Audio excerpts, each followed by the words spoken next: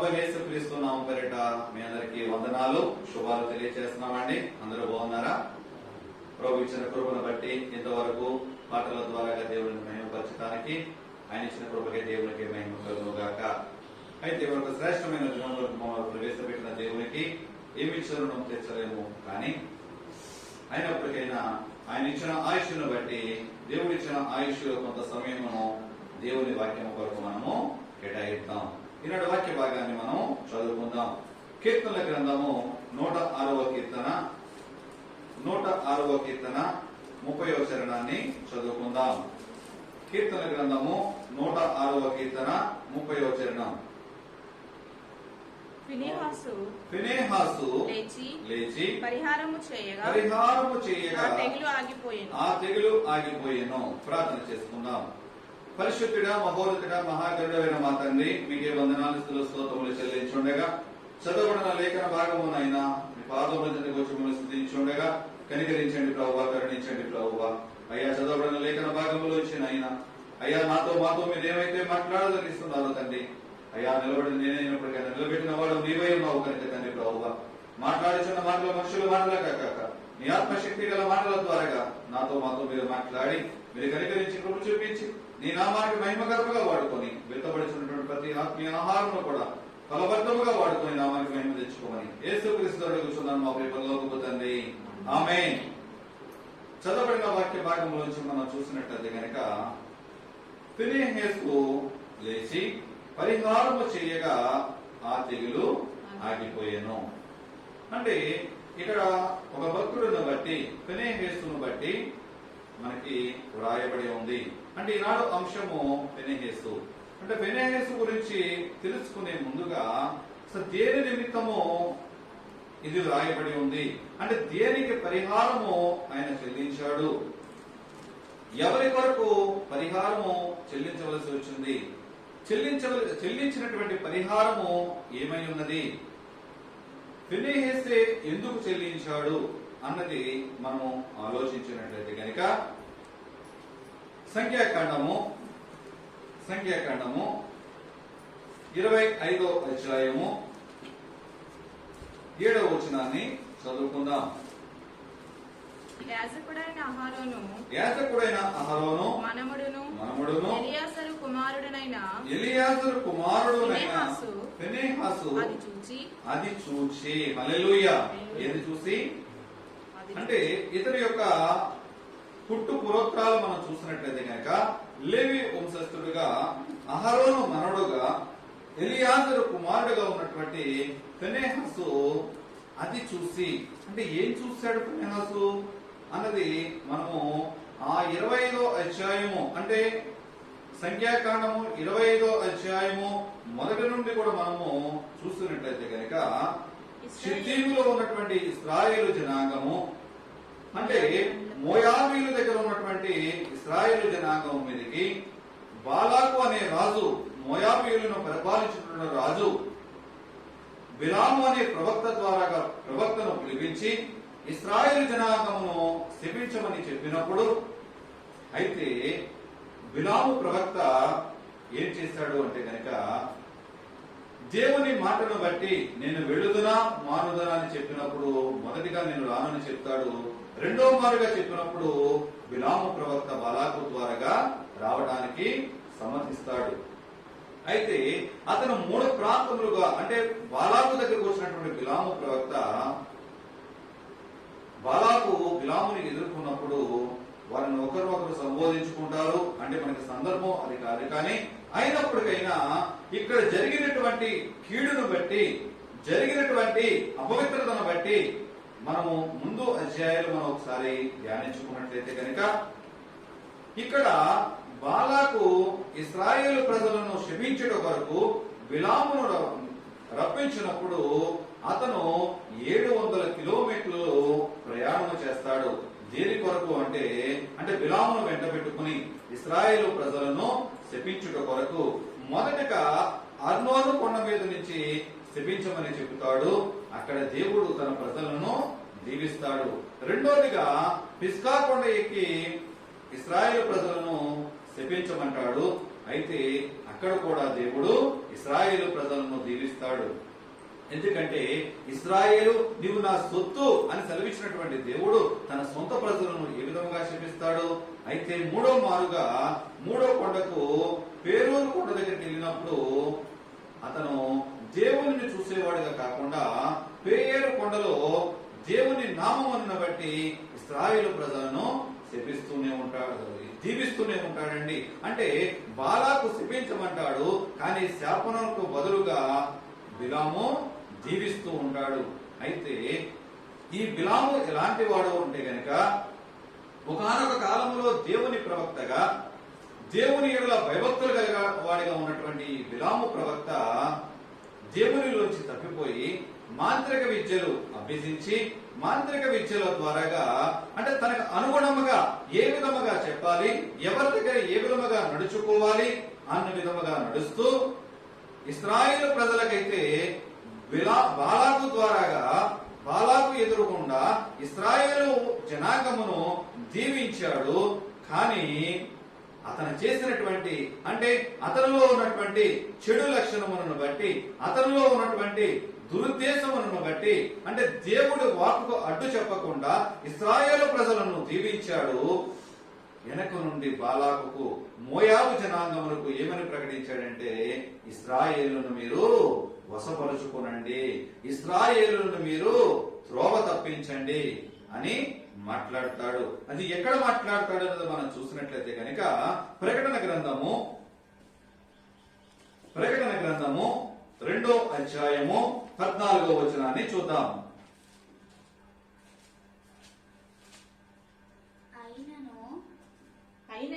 అయినను నేను మీ మీద కొన్ని తప్పిదములు మోపవలసి ఉన్నది. అవి వినగా విగ్రహములకు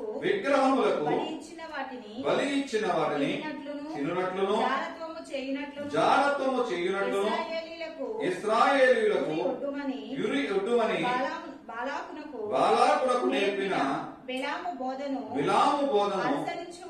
అనుసరించువారు నీలో ఉన్నారు. హల్లెలూయా. ఎందుకంటే బిలాము బోధ అంతా కూడా ఏ విధముగా ఉంటదంటే గనక అబద్ధ బోధకులు వస్తారు ఈనాడు సమాజంలో అని చెప్తున్నారు కదా. బిలాము బోధ కూడా అదే విధముగా ఉంటదండి. బిలాము ప్రవక్తన కూడా అదే విధముగా ఉంటది. అంటే ఎదర ఇశ్రాయేలు ప్రజల పక్షముగా దీవించాడు, దేవునికి భయపడి దేవుని ఉగ్రతకు లోను కాకూడదని చెప్పి ఇశ్రాయేలు ప్రజలైనటువంటి దేవుని ప్రజలను దీవించినట్లుగానే దీవించి బాలాకుకు బోధిస్తూ ఉన్నాడు. బాలాకుకు బోధిస్తూ ఆ ప్రజలు చెడిపోవడానికి అంటే ప్రజలను ఇశ్రాయేలు ప్రజలను వశపరుచుకోవడానికి అతను బాలాకు బోధించినట్లుగా అంటే కుట్రపూరితమైన ప్రవక్త అంటే ఒక కపట ప్రవక్త. ఎవరంటే బిలాము ఒక కపట ప్రవక్త. డబ్బుకు అమ్ముడుకుపోయి ఒక విగ్రహారాధికుడితో చేతులు కలిపి పరిశుద్ధమైన దేవుని జనాంగమును అపవిత్రపరిచినటువంటి జారత్వములోనికి ప్రలోభ పెట్టమని చెప్పి ఇశ్రాయేలు ప్రజలను బట్టి బాలాకును మోయాబు ప్రజలను పురుకొల్పినటువంటి ప్రవక్త ఈ బిలాము ప్రవక్త. అయితే ఈ బిలాము ప్రవక్త ద్వారాగా ఉన్నటువంటి మాట విన్నటువంటి బాలాకు తన ప్రజలను ఇశ్రాయేలు జనాంగంలోనికి పురుకొల్పాడు. అంటే మోయాబురాండ్లతో వీళ్ళు చేసిన పాపమును బట్టి సంఖ్యాకాండము 25వ అధ్యాయము 1వ వచనాన్ని నుంచి చదువుకుందాం. ఇశ్రాయేలీలు షిత్తీములో దిగి ఉండగా ప్రజలు మోయాబురాండ్లతో వ్యభిచారము చేయసాగిరి. ఆ స్త్రీలు తమ దేవతల బలులకు ప్రజలను పిలువగా వీరు భోజనము చేసి వారి దేవతలకు నమస్కరించిరి. అట్లు ఇశ్రాయేలీలు బయల్బాయేరుతో కలుసుకునినందున వారి మీద యెహోవా కోపము రగులుకొనెను. హల్లెలూయా. ఏంటంటే వ్యభిచారము చేయటమే కాదు, వాళ్ళ విగ్రహములకు అంటే వాళ్ళ స్త్రీలతో సంగచూము చేసి వాళ్ళ దేవతలకు బలి అర్పించినటువంటి పాపపూరితమైన బలి అర్పణ ఉన్నత స్థలములలో అంటే చనిపోయిన వారి పేరు అర్పించినటువంటి బలుల మాంసమును వీరు తిన్నట్లుగా వారితో అంటే వారి దేవత పేరు ఏం పేరండి? బయల్పేయేరు అనే దేవతకు అర్పించినటువంటి బలులు వీరు తింటూ ఉన్నారు. అంటే బయల్పేరు అనగా ముఖద్వారపు దేవత. ఎవరంటండి? ముఖద్వారపు దేవత. ఆ ముఖద్వారపు దేవతకు అర్పించినటువంటి బలి మాంసమును వీళ్ళు భుజిస్తూ మోయాబు స్త్రీలతో వ్యభిచారములు చేస్తూ పాపములు చేస్తూ అపరాధములు చేస్తూ యెహోవా యెడల దోషక్రియలు చేసి ఉన్నారు. అయితే ఈ దోషక్రియలు జరిగించడానికి కారణం ఎవరు అంటే గనక బిలాము ప్రవక్త. ఎందుకంటే తాను దేవుని నామమును బట్టి వారిని తప్పించలేకపోయాడు, మోయాబీయులను వాళ్ళ మీదకి పురుకొల్పాడు. ఎందుకంటే మోయాబులు తన భర్తలతో సహితముగా మందిరాలకి అంటే వాళ్ళ ఉన్నత స్థలములకు వారి దేవతా మందిరాలకు వెళ్లేవారు, కానీ ఇశ్రాయేలీయులు మాత్రము తన భార్యలను తీసుకుని మాత్రం మందిరాలకు వెళ్లేవారు కాదు. వారి భార్యలను దేవుని మందిరానికి మలుచుకునేవారు కాదు. అంటే ఇశ్రాయేలు జనాంగం ఎలా ఉన్నారంటే, నేను నా దేవుని ఆరాధిస్తున్నాను వాళ్ళు మట్టుకే వెళ్లేవారు, కానీ మోయాబీయులు మాత్రము ఉన్నత స్థలములలో తన దేవతలకు మొక్కడానికి భర్తలతో సైతము కూడా వారు వెళ్లేవారు. అయితే ఈ పాపము ఇష్టమైనటువంటి జీవితానికి ఈ పురుకొల్పినటువంటి బిలాము వారిని ఎలాగంటండి లైంగికముగా అంటే శరీరీచ్ఛలను బట్టి వారిని తప్పించాలి, దేవతా విగ్రహములకు మొక్కేవారిగా యెహోవా దేవుని నుంచి వారు వేర్పాటు చేయలాగున వాళ్ళ దేవత ఆకర్షణ చేత వారిని పాపములో పడవేయినట్లుగా వారిని పురుకొల్పినట్లుగా మనకు బైబిల్ గ్రంథము తెలియజేస్తుంది. సంఖ్యాకాండము 31వ అధ్యాయము 16వ వచనం మనం ఒకసారి చదివినట్లయితే కనుక, ఇదిగో బిలాము మాటను బట్టి పేరు విషయములో ఇశ్రాయేలీయుల చేత యెహోవా మీద తిరుగుబాటు చేయించిన వారు వీరు కారా? అందుచేత యెహోవా సమాజములో తెగులు పుట్టి తెగులు పుట్టును కదా. హల్లెలూయా. ఎందుకంటే ఇక్కడ కూడా చూడండి, ఇదిగో బిలాము మాటను బట్టి, అంటే బిలాము మాటను బట్టే కదా బేయేరు దేవతను బట్టి జనులు మోయాబీయులు ఇశ్రాయేలును ప్రేరేపించారు. ఇశ్రాయేలు జనము పాపము చేయటానికి కారకులయ్యారు అని చెప్పి ఆ ప్రవక్తను బట్టి మళ్ళీ మాట్లాడుతున్నాడు. ఏ ప్రవక్త అయితే ఇశ్రాయేలు జనాంగమును తప్పిపోవడానికి కారణమై ఉన్నాడో అదే ప్రవక్త అదే అధ్యాయం 31వ అధ్యాయం 8వ వచనములో ఖడ్గము చేత చంపింపబడతాడు. అంటే దేవుని ప్రజలకు వ్యతిరేకముగా చేసిన పాపములను బట్టి దేవుని ప్రజలు పరిశుద్ధ జనాంగముగా ఉన్నటువంటి ఇశ్రాయేలు ప్రజలను దుర్నీతిని బట్టి లైంగిక వేధింపులను బట్టి వారు తప్పించిన కారణము చేత అతను ఖడ్గము చేత చంపింపబడినట్లుగా బైబిల్ గ్రంథము చరిత్ర మనకి తెలియజేస్తూ ఉంది. అయితే ఎప్పుడైతే వీళ్ళు అన్య దేవతల తట్టు తిరిగి అన్య దేవతలను వాళ్ళు విగ్రహములుగా చేసుకుంటూ అన్య స్త్రీలను వారితో వ్యభిచారములు పాపములను చేస్తూ దేవుని మాట విననొల్లని ప్రజలతో సాంగత్యము చేస్తూ వారు పెట్టినటువంటి నిషిద్ధమైన వస్తువులన్నీ కూడా వారు భుజిస్తూ ఉన్నారు. యెహోవా కోపము ఎవరి మీద రగిలిందంటండి? ఇశ్రాయేలు జనాంగం మీద రగిలి ఉన్నది. ఇశ్రాయేలు జనాంగం మీద రగిలినప్పుడు ఆ పాపమును బట్టి అనేక మంది చనిపోతున్నట్లుగా బైబిల్ గ్రంథము తెలియజేస్తుంది. యాకోబు పత్రిక 4వ అధ్యాయము, యాకోబు పత్రిక 4వ అధ్యాయము 4వ వచనం మనం చూసినట్లయితే గనుక, వ్యభిచారులారా ఈ లోక స్నేహము దేవునితో వైరమని మీరు ఎరుగరా? కాబట్టి ఎవడు ఈ లోకముతో స్నేహము చేయగోరునో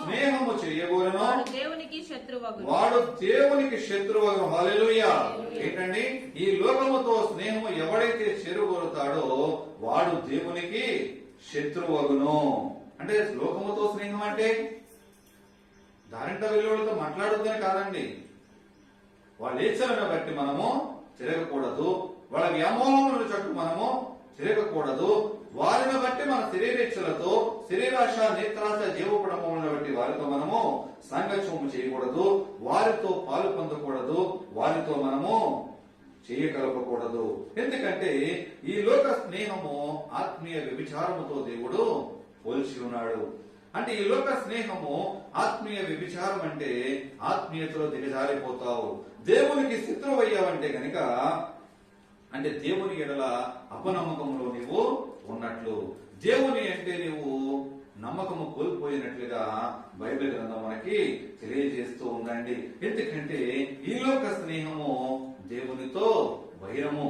ఎందుకంటే చాలా ఇక్కడ యాకోబు భక్తుడు ఎంత ఘాటైన మాటలతో మాట్లాడతాడంటే, వ్యభిచారులారా ఈ లోక స్నేహము దేవునితో వైరమని మీరు ఎరుగరా. ఎందుకంటే ఇశ్రాయేలు జనాంగము సంఖ్యాకాండంలో వ్యభిచారుల వలె తిరిగారు, దుర్లభముగా తిరిగారు, పాపభూయిష్టముగా తిరిగారు. అయితే వీరు చూస్తుండగానే వారు పాపములు చేస్తుంటే దేవుడు మోషే ద్వారాగా మాట్లాడుతున్నాడు, మోషేని పిలుచుచున్నాడు. కాబట్టి మోషే ఇశ్రాయేలు న్యాయాధిపతులను పిలిపించి, మీలో ప్రతి వాడును బయలు పేరుతో కలుసుకున్న తన వంశములలో వారిని చంపవలనని చెప్పాను. ఇదిగో మోషే కనుల ఎదుటను ప్రత్యక్షపు గుడారము యొక్క ద్వారమునంత ఏడ్చుచుండిన ఇశ్రాయేలు సర్వ సమాజం యొక్క కనుల ఎదుటను ఇశ్రాయేలులో ఒకడు తన సహోదరుల యొక్క ఒక మిథ్యాను స్త్రీని తోడుకుని వచ్చెను. హల్లెలూయా. ఆల్రెడీ దేవుడు మాట్లాడుతున్నాడు మోషేతో, మోషే, ఈ నా ప్రజలు తప్పిపోయి ఉన్నారు, నాకు వ్యతిరేకముగా నిషిద్ధమైనటువంటి ఆహారం వారు భుజిస్తున్నారు, పాపపు స్త్రీలతో వాళ్ళు వ్యభిచారములు చేస్తున్నారు, లోకముతో సాంగత్యము చేస్తున్నారు. కనుక వారిలో నియమించినటువంటి పెద్దలను వారందరినీ కూడా నువ్వు పిలిపించు, వారందరినీ కూడా చంపివేయాలి, వారందరినీ ఉరి తీయాలి, ఎందుకంటే వారికి మరణానికి పాత్రులై ఉన్నారని చెప్పి దేవుడు అక్కడ మాట్లాడుతున్నప్పుడు ఈలోగానే అక్కడ ఇశ్రాయేలులో ఒకడు మోషే కూర్చొని ఉన్నాడు. మోషే కనుల ఎదుటని ప్రత్యక్షపు గుడారం ఎదుటని వారిలో ఉన్నటువంటి ఒక మనుషుడు ఏం చేస్తున్నాడంటండి, ఆ మోయాబు రాణిలో ఒక స్త్రీని తీసుకొచ్చేస్తున్నాడు. ఎందుకంటే వ్యభిచార పాపంలో గడపడానికి అన్య స్త్రీలలోంచి తీసుకుని వచ్చేస్తున్నాడు. ఎందుకంటే ప్రత్యక్ష గుడారం అంటే దేవుని నివాస గృహమని, దేవుడు ఉన్నాడని చెప్పి భయం లేదు, ప్రవక్త ఉన్నాడని భయం లేదు, ఒక నాయకుడు ఉన్నాడని భయం లేదు. ఎందుకంటే బిలాము మాటల ద్వారాగా ఇశ్రాయేలు జనాంగము దేవుని యందు భయభక్తులు నిలిపేవారిగా కాకుండా త్రోవ తప్పిపోయిన వారిగా, లోక సాంగత్యమును బట్టి ఏకముగా పనికి మారిన వారు అయినట్లుగా వారు త్రోవ తప్పిపోయి భయభక్తులు వీడి, ప్రవక్త ఉన్నాడనే భయం కూడా లేకుండా పాపపు స్త్రీలను కూడా పెట్టుకుని వాళ్ళు తిరుగుతున్నప్పుడు యాజకుడైన అహరోను మనవడును ఎలియాజరు కుమారుడు అయిన ఫినెహాసు అది చూసి, ఎందుకంటే ఎదురుకుండా వెళ్ళిపోతూ ఉన్నాడండి. ఈనాటి సమాజంలో కూడా మనం చూస్తుంటే కనుక అనేక మంది అద్దు అదుపు ఉండదండి పాపంలో చేయటానికి. వాళ్ళు కళ్ళతో చూశారు అంటే కనుక వాళ్ళ శరీరేచ్ఛలు తెచ్చుకోవాలి. లోకములో జనులు ఉన్నారు, నాన్నవారు ఉన్నారు, లేకపోతే పెద్దలు ఉన్నారు, భయభక్తులు లేనటువంటి జనాంగము.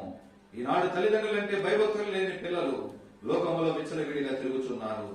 ఈ లోకములో తల్లిదండ్రులంటే పెద్దలంటే గౌరవం లేనటువంటి జనాంగము లోకంలో అనేక మంది లోక పాపేచ్ఛలకు లోనవుతూ ఉన్నారు. ఈనాడు సమాజంలో చూస్తే మనుషుల దోషములను బట్టి, మనుషుల పాపపరాధములను బట్టి అనేక మంది కీడులకు మనము బానిసలవుతున్నాము. అనేక అపాయాలు మన మీదకి కొని తెచ్చుకుంటున్నాము. నిర్గమకాండము 20వ అధ్యాయం 5వ వచనంలో మనం చూసినట్లయితే కనుక 20వ అధ్యాయం 5వ వచనము, ఏలయనగా నీ దేవుడైన యెహోవానగు నేను రోషము గల దేవుడను, నన్ను ద్వేషించు వారి విషయములో 3-4 తరముల వరకు తండ్రుల దోషములకు కుమారుల మీదకి రప్పించుచు, నన్ను ప్రేమించి నా ఆజ్ఞలను గైకొన్న వారిని 1000 తరముల వరకు కరుణించు వాడనై ఉన్నాను. హల్లెలూయా. ఎందుకంటే యెహోవా రోషము గల దేవుడు గనుక ఆయన రోషమునకు, ఆయన కోపమునకు తట్టుకునే నరుడంటూ ఎవడూ లేడండి. ఎందుకంటే ఇశ్రాయేలు జనాంగమును దేవుడు చేసిన ఉపకారంలో వారు మర్చిపోయినప్పుడు, ఆయన చేసిన మేలును మర్చిపోయినప్పుడు దేవుని ఉగ్రతకు అనేక మార్లు లోనయ్యారు. అయ్యా కష్ట సమయాల్లో, అయ్యో ప్రభువా మేము కష్ట సమయాలలో ఉన్నాం, మమ్మల్ని ఆదరించు, ఈ బానిస బ్రతుకుల నుంచి మాకు విడుదల కలిగించు అన్నప్పుడు దేవుడు వాళ్ళ కష్టాల్లో ఉన్నటువంటి వాళ్ళ బాధను చూసినటువంటి దేవుడు వారిని విడిపించి ఉన్నాడు. ఏ కష్టము లేకుండా దినదినము వారిని కావలసిన ఆహారం ఇచ్చి వారిని పెంచి పోషిస్తూ ఉన్నాడు. పగల మేఘ స్తంభములోను రాత్రి అగ్ని స్తంభములోను ఏ కీడు వారి గుడారం మధ్యకు లేకుండా దేవుడు దినదినము కాపాడుచూ వచ్చుచున్నాడు.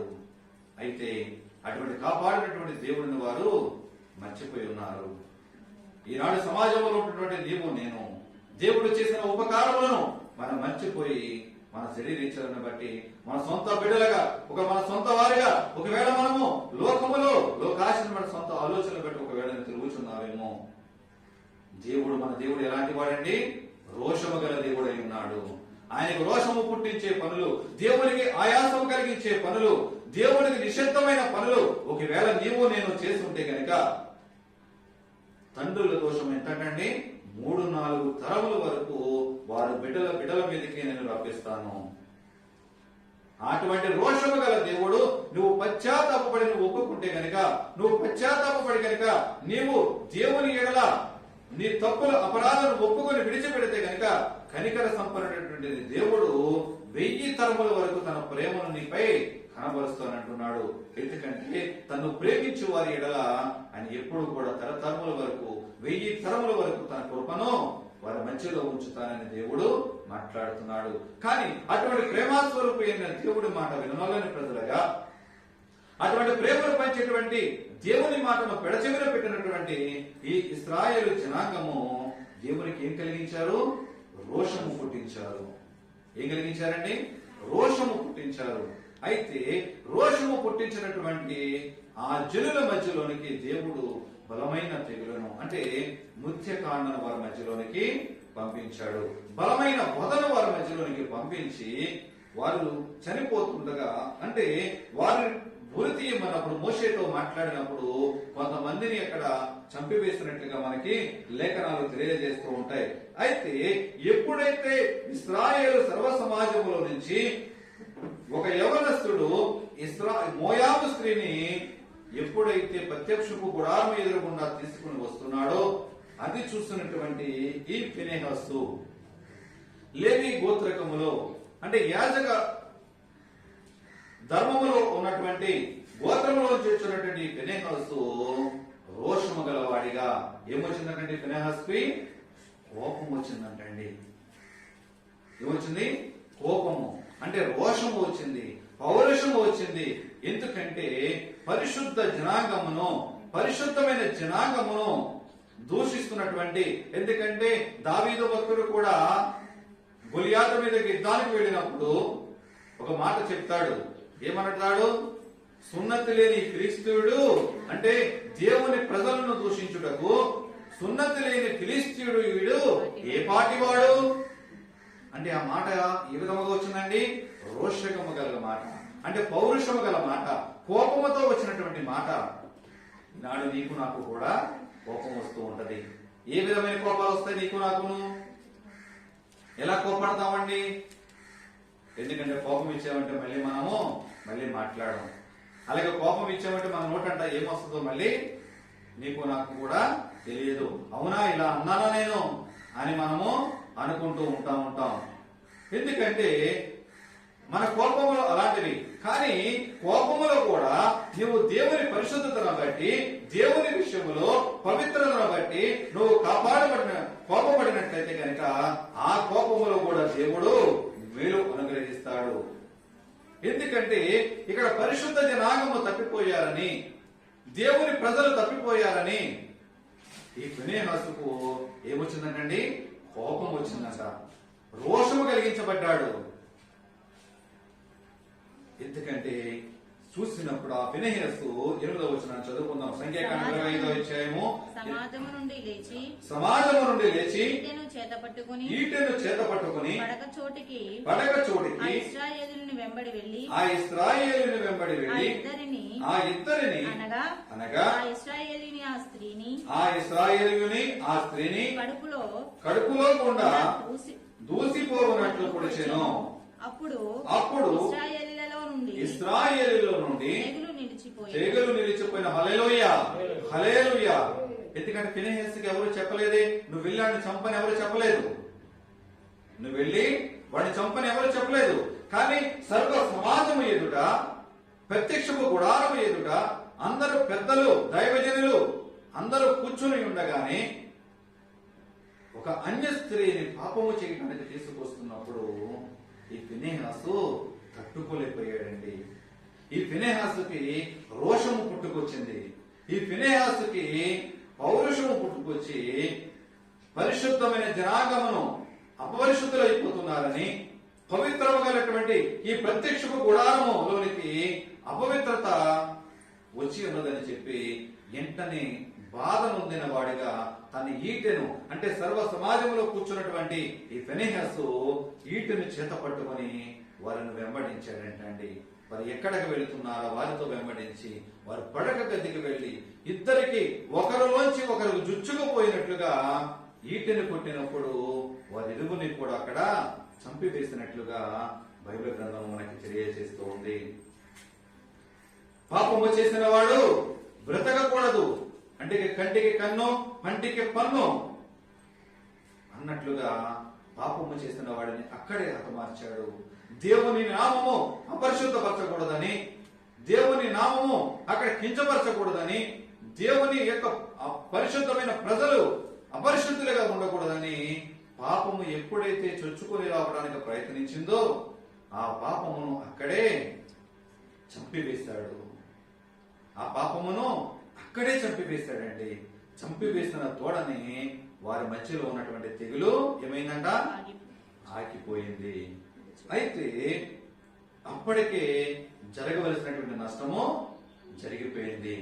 వ్యభిచారములే కాదు, వీరికి తెలిసి గాని తెలియకుండా కూడా అనేక మంది చేసిన పాపములను బట్టి, బలి అర్పణలో విగ్రహాలకు అర్పించిన బలులు తిన్న దోషములను బట్టి ఎంతమంది చనిపోయారంటప్పటికి 24,000 మంది ఆ తెగులతో చనిపోయేది. హల్లెలూయా! ఎంతమంది అంటండి? 24,000 మంది అప్పటికే చనిపోయారు. ఎప్పుడైతే ఫినెహాసు ఈ పరిహారము చెల్లించాడో, అంటే ఎప్పుడైతే ఈ ఫినెహాసు ఈ నష్టమునకు పరిహారముగా బలి అర్పణ చేశాడో ఆ తెగులు అక్కడతోనే ఆగిపోయింది. పౌలు భక్తుడు ఇక్కడ రాస్తాడు కదా, కొరింథీయులు రాసినటువంటి మొదటి పత్రిక 10వ అధ్యాయము 8వ వచనాన్ని చదువుకుందాం. 10వ అధ్యాయము 8వ వచనము. మరియు వారి వలె మనము వ్యభిచరింపక యుందుము. వారిలో కొందరు వ్యభిచరించినందున ఒక్క దినముననే 23,000 మంది కూలిరి. 23,000 మంది కూలిరి. హల్లెలూయా! అంటే తెగులు చేత ఒక్క దినమందే 23,000 మంది చనిపోయారు. అంటే పౌలు భక్తుడు వ్యభిచారము చేత అక్కడ 23,000 మంది చనిపోయారు అంటున్నారు, కానీ ఇక్కడ 24,000 మంది చనిపోయారు అంటున్నారు. అంటే 1000 ఎక్కడ తేడా వచ్చింది? సంఖ్యాకాండంలో 24,000 మంది ఆ దినమందే చనిపోయారు. అయితే పౌలు భక్తుడు కొరింథీయులు రాసినటువంటి మొదటి పత్రిక 10వ అధ్యాయం 8వ వచనంలో మనం చూస్తే 23,000 మంది చనిపోయాడని చెప్తున్నారు. దేవుడు మోషేతో మాట్లాడాడు. వారి సమాజం యొక్క పెద్దలలో నుండి వారి పెద్దలను పిలిపించి అపరాధము చేసిన వారిని చంపివేయమని చెప్పి దేవుడు మాట్లాడినప్పుడు అప్పటికే 1000 మంది చనిపోయారు. 1000 మంది చంపబడ్డారు. 23,000 మంది ఒక్క రోజులోనే తెగులు చేత చంపబడి మొత్తం 24,000 మందిగా చనిపోయినట్లుగా బైబిల్ గ్రంథము తెలియజేస్తుంది. నా ప్రియ సహోదరి సహోదరుడా, ఈనాడు సంఘములో సమాజంలో ఉన్నటువంటి నీవు నేను లోకంలో ఉన్నటువంటి మోయాబీలతో ఎక్కడైనా నువ్వు కలుస్తున్నావేమో, మోయాబీరాండ్రులతో లేకపోతే మోయాబీలతో పాపముల చేత అపరాధముల చేత విగ్రహముల దగ్గరికి వెళ్ళి నువ్వు ఒకవేళ బ్రతుకుతున్నావేమో, పాపము నీ దగ్గరికి పరుగులెట్టు వచ్చుచున్నదేమో.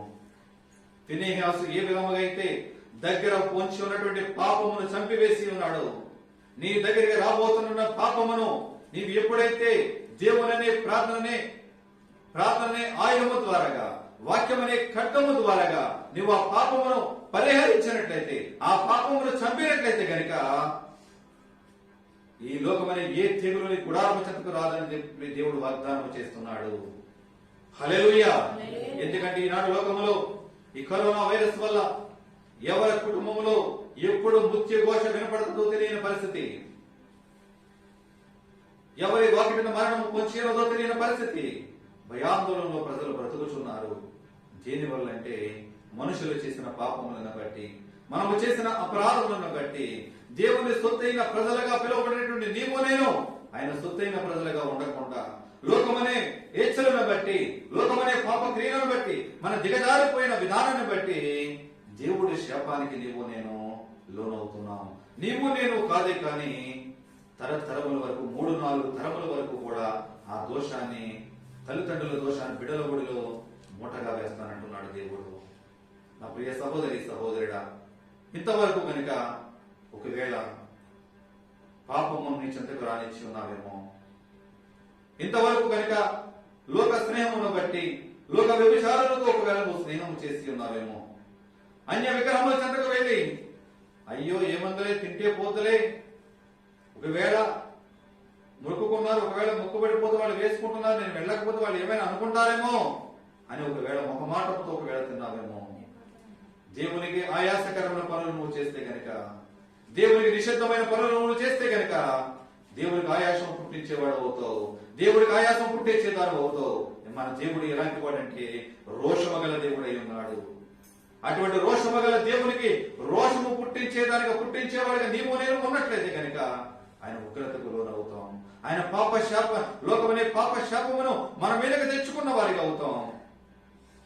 కానీ ఇంతవరకు ఒకవేళ అటువంటి పాపం అనే బంధకాలను నువ్వు బంధింపబడి ఉంటే కనుక, ఒకవేళ పాపము నిన్ను ఒకవేళ తరుముకుంటూ వస్తుందేమో, ఫినెహాసు ఏ విధముగా అయితే ఈటను తీసుకుని అక్కడ పరిహారము చెల్లించాడు, నీ వాక్యమనే ఖడ్గము ద్వారాగా, నువ్వు వెళ్తున్నటువంటి ఆత్మీయ ఆహారము ద్వారాగా ఆ పాపమును పరిహారము నువ్వు చెల్లించినట్లయితే కనుక ఏ కీడుని గుడారం చెంతకు రాదని సెలవిస్తున్నటువంటి దేవుడు ఈ మధ్యాహ్న కాలం తప్పించడానికి తన దూతలను నిన్ను నీ చెంతకు పంపిస్తున్నాడు. ఎందుకంటే ఫినెహాసును మనం ఒక మాదిరికరముగా మనం పెట్టుకున్నాం. అతనిలో ఉన్న గుణ లక్షణాలు, అతనిలో ఉన్నటువంటి అనేకమైన లక్షణాలు ఇంకా ఉన్నాయి. అయితే ఈనాడు తన దగ్గరకు వచ్చినటువంటి పాపమును, తన చెల్లుల దగ్గరకు వచ్చినటువంటి పాపమును ఏ విధముగా అయితే అతను పరిహరించాడో, ఏ విధముగా అయితే అతను బలి అర్పణ అర్పించాడో మనం నేర్చుకున్నాం. అయితే మనము కూడా ఒక మాదిరికరముగా, అనేక మందికి మాదిరికరముగా జీవించులాగున వాక్యం అనే ఖడ్గము ద్వారా మన దగ్గరకు వచ్చినటువంటి పాపమును వధించినట్లయితే గనక ప్రతి ఒక్కరము కూడా ఆయన పరిశుద్ధమైన జనాంగముగా నిన్ను బట్టి నీకు ఇచ్చినటువంటి వాగ్దానం నెరవేర్చిన కొరకు తరతరముల వరకు, 1000 తరముల వరకు ఆయనను ప్రేమను పెంచడానికి, ఆయన కృపను చూపించడానికి దేవుడు సిద్ధముగా ఉన్నాడు. అటువంటి కృప పరిశుద్ధాత్మని దేవుడు మనందరికీ కలుగజేయును గాక. ఆమేన్. ప్రార్థన చేసుకుందాం. దేవాన్ని స్తోత్రములు తండ్రి, పరిశుద్ధుడా, మహోన్నతుడ, మహిమగల దేవుడా, మీకే వందనాలు స్తోత్రములు చెల్లించుండగా ఈ మధ్యాహ్న కాలం అందు ప్రభువా నాతో మాతో మీరు మాట్లాడి ఫినెహాసును మా మధ్యలో పెట్టిన విధానం బట్టి నీకే స్తోత్రములు చెల్లించున్నాము తండ్రి.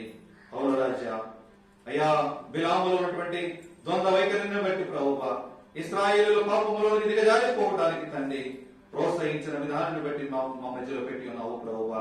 ఎక్కడ ప్రభువా అబద్ధ బోధకుల యొక్క బోధనను బట్టి మేము తరట్టుపోయేవారిగా కాకుండా, అయ్యా లోకమనే పాపేచ్చరకుండా మేము లొంగిపోతూ, లోకమనే తెగులను మేము కొని తెచ్చుకునేవారిగా కాకుండా, పాపము మా చెంత నుంచి పారదోలేవారిగా అలనాడు ఫినెహాసు ఏ విధముగా అయితే పాపమును పరిహరించడానికి తండ్రి అయ్యా ఈటను తీసుకుని ఏ విధముగా వధించాడు ప్రభువా. ఈ మధ్యాహ్న కాలం అందు ప్రభువా మా పాపమును పరిహారార్థముగా తండ్రి ఈ వాక్యమనే ఖడ్గము ద్వారా కదా ప్రభువా పాపము మా చెంతకు రాకుండా అయ్యా ఖడ్గముతో వధించడానికి తండ్రి ప్రభువా వాక్యమనే అయ్యా కంచెను మా చుట్టూ నిర్మించమని అడుగుచున్నాము. మీరే సహాయం చేసి తోడే నడిపించండి. విత్తబడినటువంటి ఆత్మీయ ఆహారము 30 60 100 ఫలభరితముగా మీరు వాడుకునే నామానికి మహిమ తెచ్చుకోమని యేసుక్రీస్తు అడుగుచున్నాను మా ప్రియ పరలోకపు తండ్రి. ఆమేన్, ఆమేన్, ఆమేన్. అందరికీ వందనాలండి.